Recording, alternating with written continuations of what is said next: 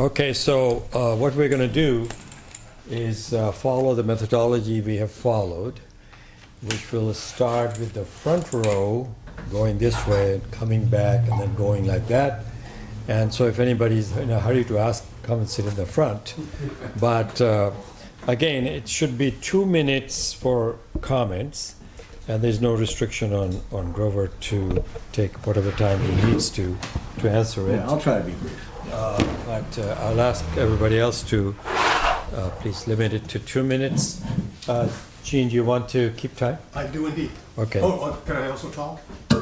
Of course. Sure. You're the first one in this, yeah. Okay, so I will not time myself. It'll take me a while. Yeah, that's fine. I'm sure you'll track of keep it. But I just want to say I really appreciate your talk, and particularly your quotes from the critique of the Gotha program, which is one of my favorites. And one of the things Marx says in there is between capitalist society and communist society is the period of the revolutionary transition from one to the other.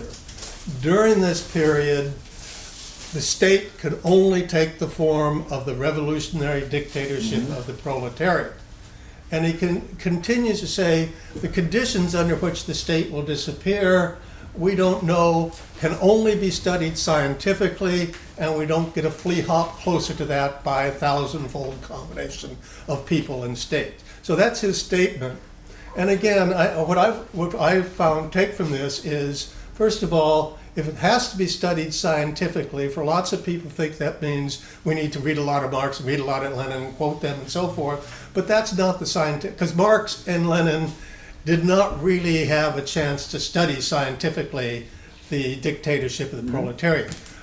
Marx did talk about the Paris Commune, and Lenin did have about 5 years or so of the dictatorship of the proletariat.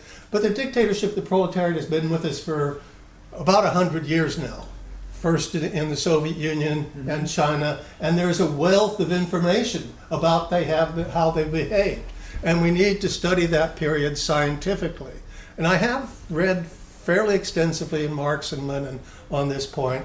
I've never found anywhere where they say the dictatorship of the proletariat is always right, makes wise decisions, has no conflict or anything else. So we need to study the actual, what's going on, what they actually do, not from an ideological standpoint, but empirical evidence. And I thank you very much for your studies on this matter. I think it's absolutely vital.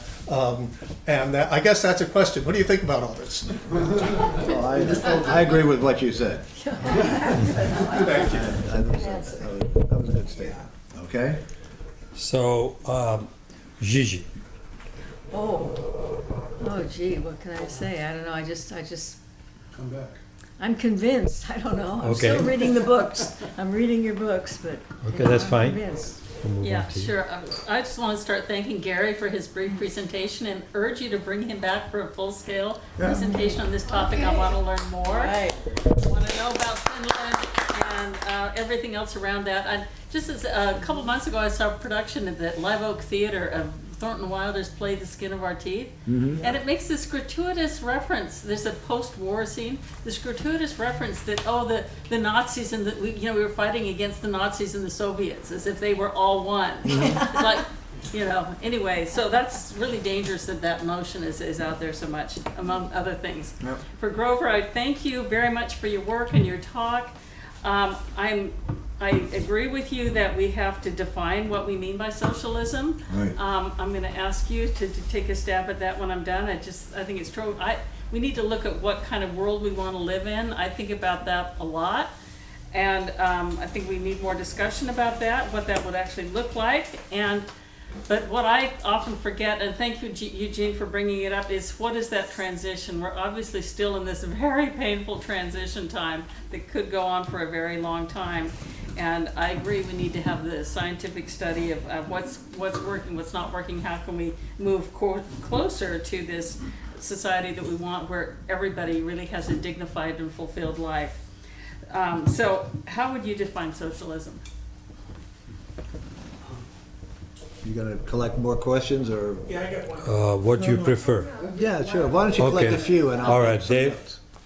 Okay, Richard. Yeah, oh, thank you for your talk, Grover. I would raise an issue of your characterization of this current situation in China and Russia as a tragedy and a reestablishment of capitalism. I question that very seriously, especially given the ferocious hostility of the capitalist powers to those two countries. It's a circumstantial evidence, but we accept that, as you pointed out. And so I don't ask you to respond particularly, because this is a subject for many discussions. But whatever you want to say.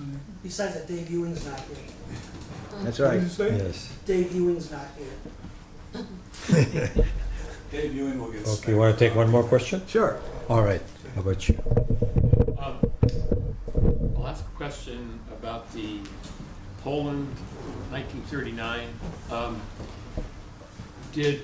After the German invasion, September 1st, did the Soviets come in to the eastern part right away, or was there a delay? And did they actually have armed hostilities with the Polish army?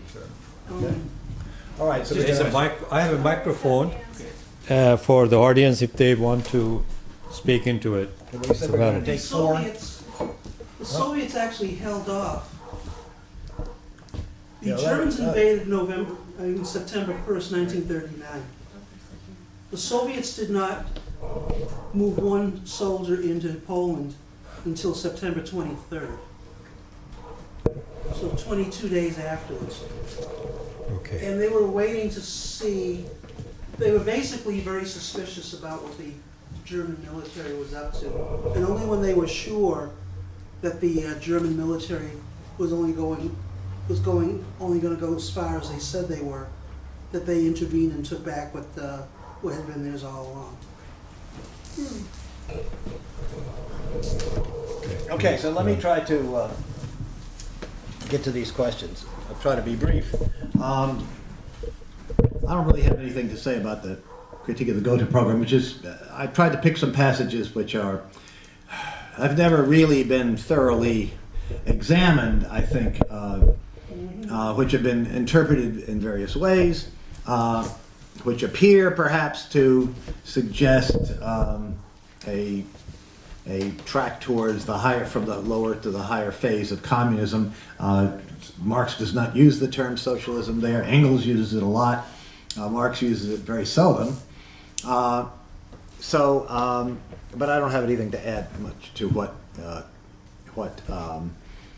Gene said, except this. If you read the collections of Lenin that came out during the Brezhnev, and particularly the last period, the Gorbachev era, Lenin's last works are often featured, and they're featured in a way that suggests that that a peaceful road to socialism should have been chosen, and this is why I concentrate. One of the reasons I concentrated on quoting those passages from the Critique of the GOTA program, because it has been used, perhaps the best word is misused, to legitimate a gradual and peaceful evolution at least from the revolution to full-blown communism. And I think it leaves when it's done when that happens, the most important questions are left unanswered. The issue of the market economy, Richard raised the question of not so much Russia, right? I mean, everybody, I think, pretty much agrees that Russia's capitalist, but China, is it okay? Well, you know, but the role of the market in Soviet Union, particularly after Khrushchev's accession to power, but in some ways even before that, I think needs to be scrutinized. in my view, and I know I didn't elaborate on it here today, insofar as I've come to any conclusions, in my view, market relations, market forces generate capitalist forces. And for a socialist society, for a society after a revolution that aims to end up with a communist goal of communism, you trying to use the market instead of the market using you has been like trying to ride the tiger. You know, you ride the tiger. It's very hard to ride the tiger. When the tiger throws you off, he eats you. I think that we need to question the use of market forces, and I have other things to say about that, but I'm not going to say them right now. And I think that how you look at China today depends to a large extent on how you view the role of the market in a socialist society, and that deserves serious discussion. Gigi, okay, Finland. Somebody raised the issue of Finland. I think Gary mentioned Finland. You mentioned Finland. Martha, Marilyn, you mentioned Finland. I'm researching that now. Susanna and I went to Finland in May of last year because she had a conference, a linguistics conference there. And I had already been doing some work on the Molotov-Ribbentrop Pact and had started to look into Finland. And I saw how Finland is the only country in the world, just so you know, where the political figures who openly allied with, expressed admirations for, and militarily and politically supported Adolf Hitler are still considered to be the national heroes. Okay, Marshal Mannerheim and the government of that period. That's not the case in any other country. Okay, Finland has this image in many people's minds of this sort of benign social democratic state. It's not the case, and it was certainly not the case between the wars. So we need to look into that. But Finland was very clearly allied, lined up with Germany. At one point in 1939, the Soviets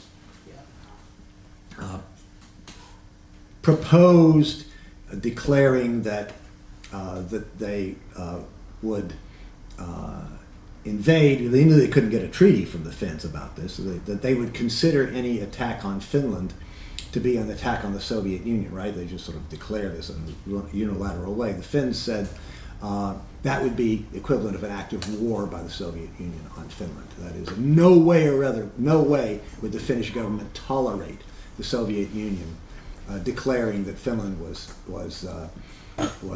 in its vital sphere of influence. So Finland,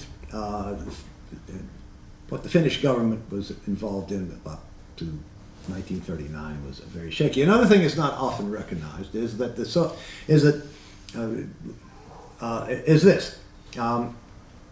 in September 3rd, 1939, Britain and France declared war on Germany because of the invasion of Poland 2 days earlier. But except in the naval sphere, where the British, were very ticklish, except in the naval sphere, they didn't make war on Germany. Okay, there were some naval battles, but they did not make war on Germany on the ground. That is, they completely betrayed the Poles. They didn't do anything to protect Poland. And Gary's right. This is certainly a signal the Soviets interpreted that way, as a way of saying, as long as the Germany's moving east, Poland's to the east of Germany, then it's okay with the British and the French when they do that. It also suggests that if the Soviets had been successful, if the British and French had agreed to sign a mutual defense pact, okay, what they called collective security, to sign a pact of collective security in, let's say, August 1939 against Germany, they would have betrayed the Soviet Union too. All right? If they had signed, the Soviets wanted the British and the French to sign a treaty that said, if Poland's attacked, Poland's attacked by Germany, we'll all attack Germany. Okay? And the British and the French wouldn't do it. But if they had done it, I think the Soviet Union would have been a worse situation because the British and the French certainly would have betrayed that treaty. And then the Soviet Union would have been left fighting Nazi Germany all alone. So in a way, they're lucky that the Germans, that the British and the French refused collective security. Even Stephen Kotkin, in that otherwise very, very terrible book, mentions that this was the British and the French really betrayed their ally Poland in order to encourage Germany to move to the east. On the other hand, so the British and the French are not fighting Poland, right? Fighting Germany, even though they've promised the Poles that they would. Soviet Union invades Finland to push back the border from Leningrad, and the British and the French immediately start making plans to make war in the Soviet Union. And they made extensive plans. And it was only the fact that the Finns couldn't hold out past March 1940 that prevented the British and the French from going to war on the side of Finland, which was in essence a German ally, against the Soviet Union. So the British and the French duplicity really knows no limits, but that isn't widely understood.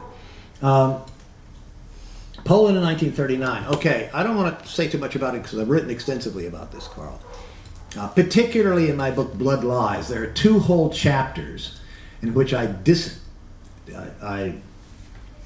disentangle all the lies about what the Soviet Union did leading up to the invasion of Poland by the Germans, and then leading up to the Soviet Union's own incursion, which happened on September the 17th, not September the 23rd. But I've written a lot about that, and I also have a very extensive article with evidence.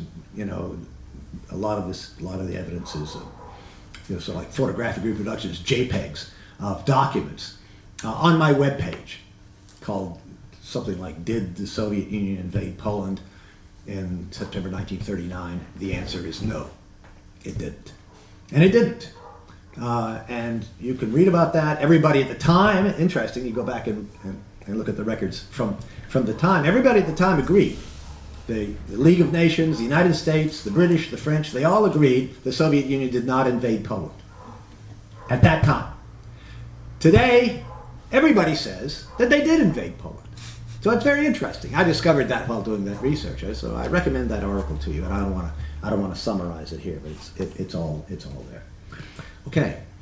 Okay, Any more so questions? Alan, you're next. Nina. Oh, yeah, I guess what sort of confused me is, I like to talk to people who are just had an American education in our public schools and kind of figure out what, so I've been talking to people who were working on my house and different things, and they'll say Stalin killed thousands of people. Sure. And millions, they say. Millions, yes. Yeah. Sorry, millions, yes.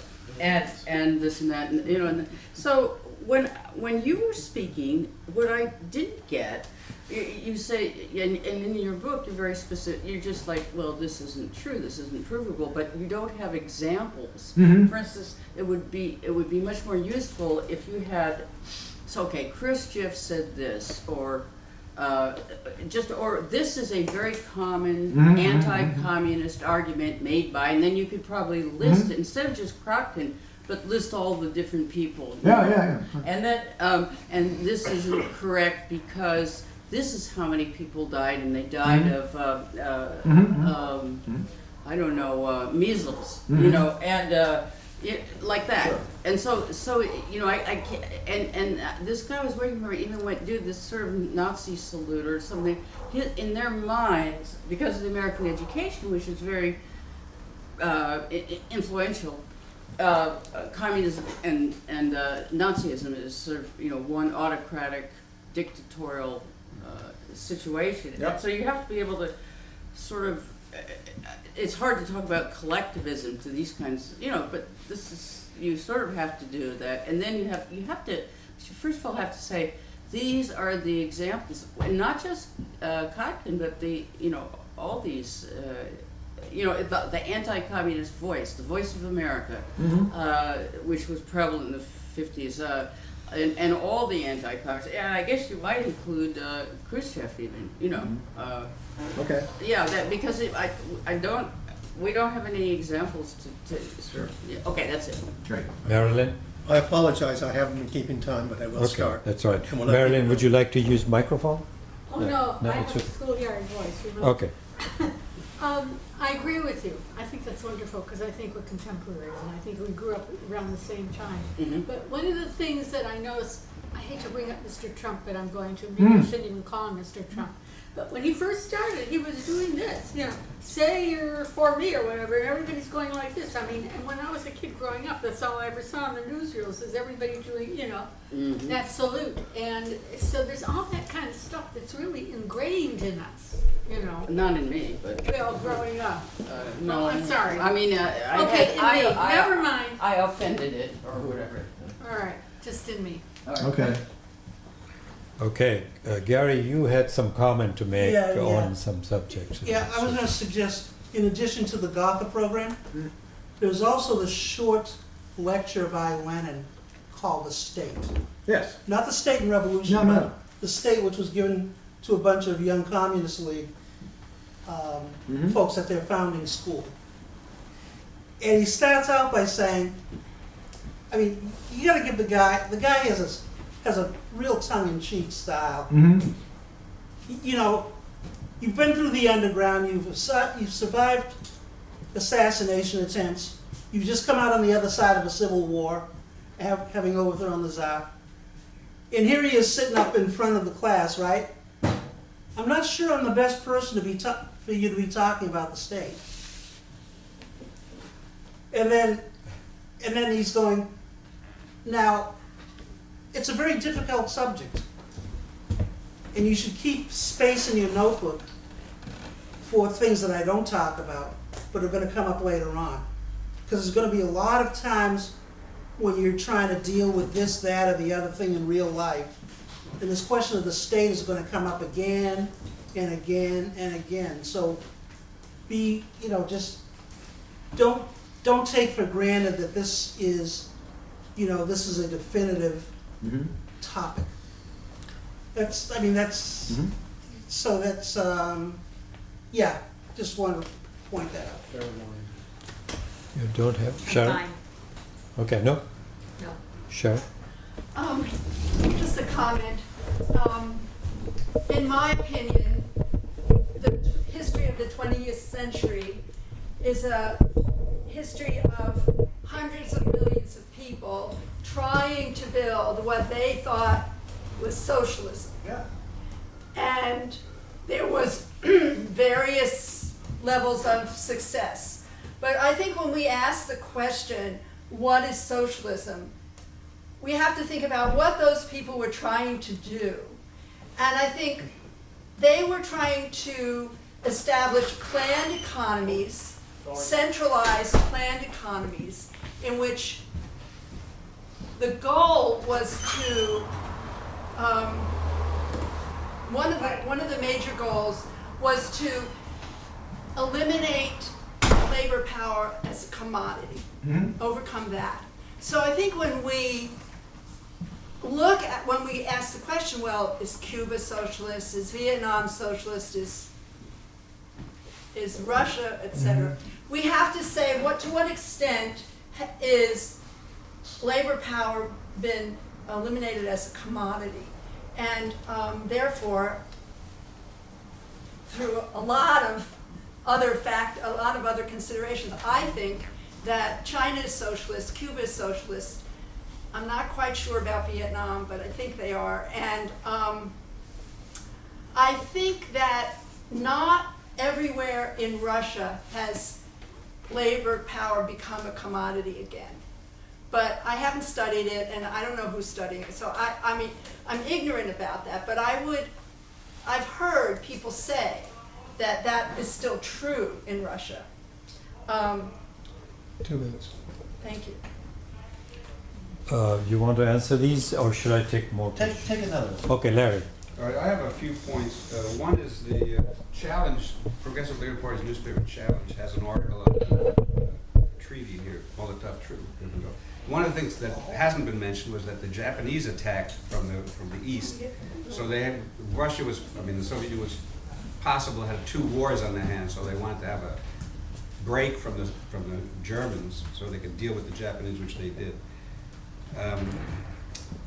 Number two, this question about Poland. I understand the Soviet Union retook stuff that used to be theirs, but how did it get to be theirs? I mean, it was either a king or a czar or capitalists who conquered these things and then said, well, this is ours. I mean, these borders are very flexible, and they're made by the capitalists or before them. So I don't like that argument, although I understand, you know, it's just like what Crimea used to be anyway. Yeah. Third of all, to me, socialism is when you have a communist party wins a resolution, and then you have inequality, but then you fight like hell to get rid of that inequality. And the leading people who are getting rid of it are the Communist Party members by giving up their palatial houses or their whatever it is, all their benefits, and living like the poor people, because they're the most committed to the revolution.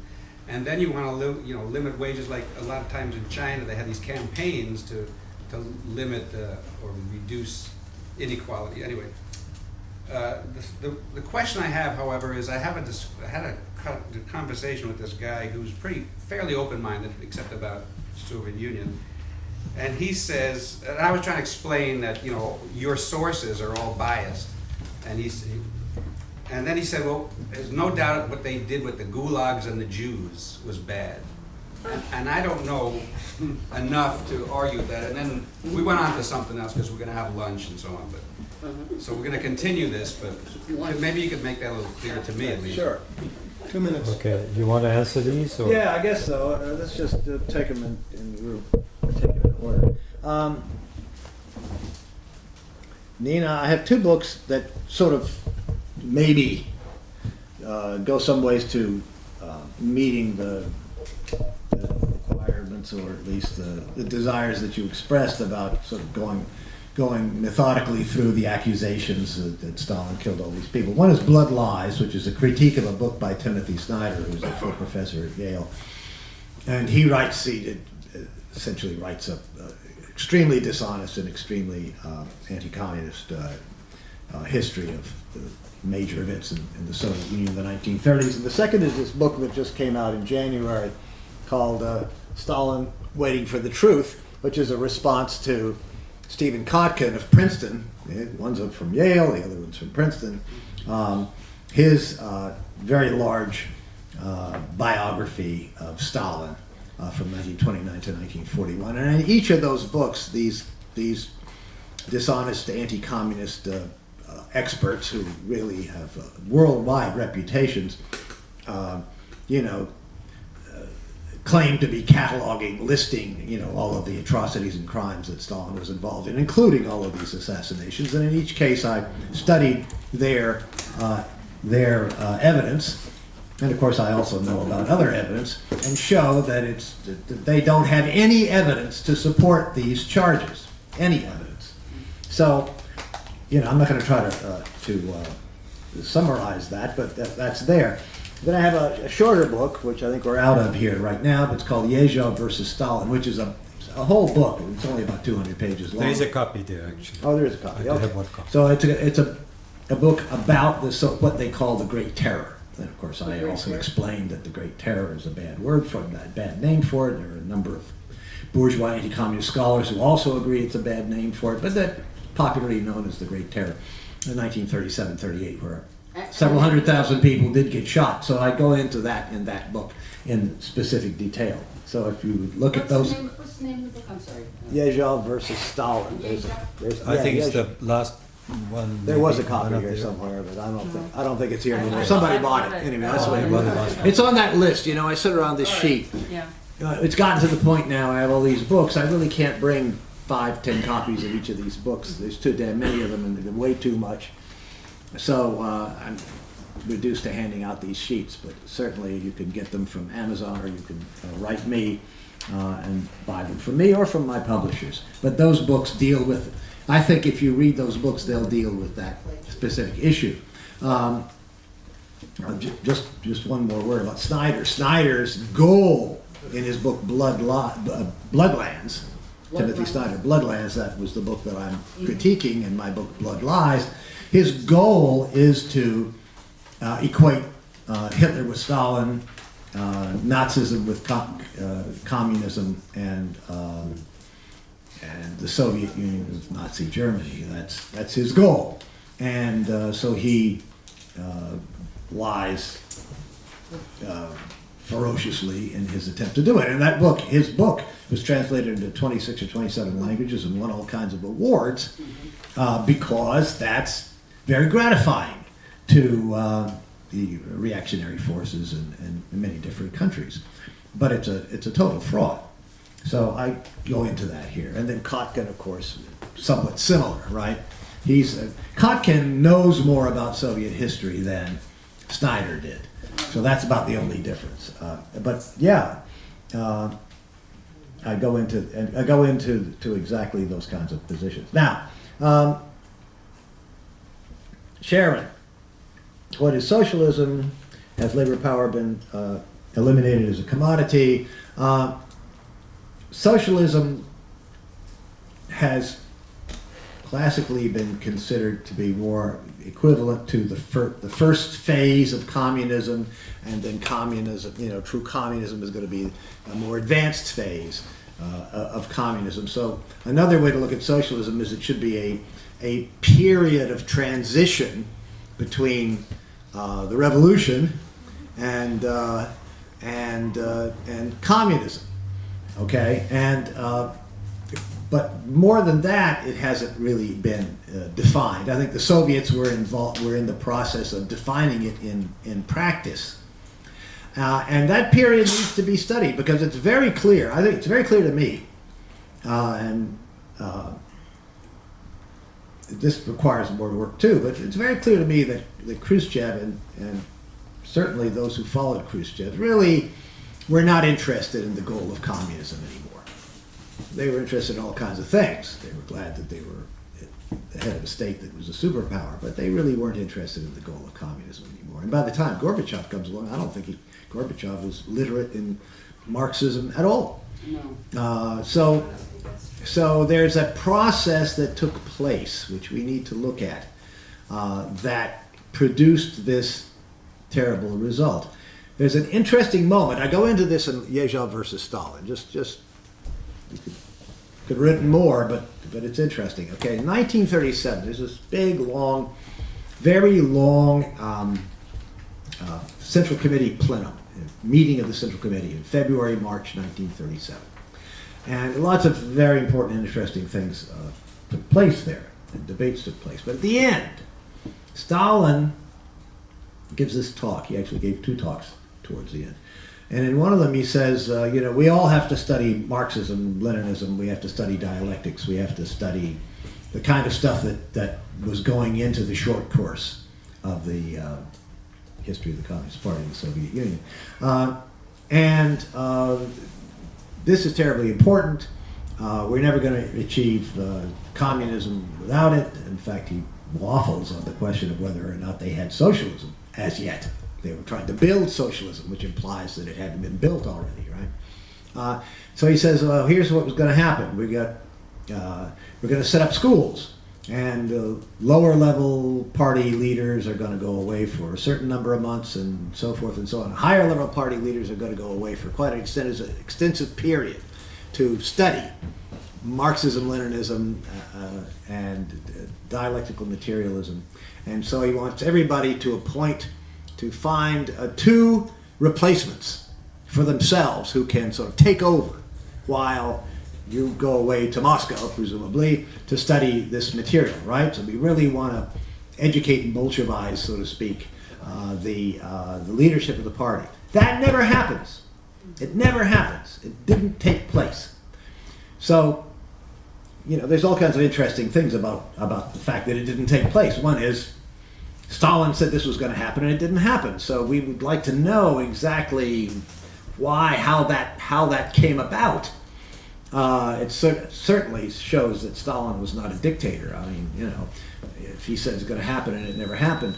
There are other things about that, but it never happened, and the results were pretty clear. But then the question is, why did it never happen? Why were the leaders of the party evidently unwilling to appoint secondary leaders, the substitutes for themselves, so they could go away and become more educated in Marxism, Leninism.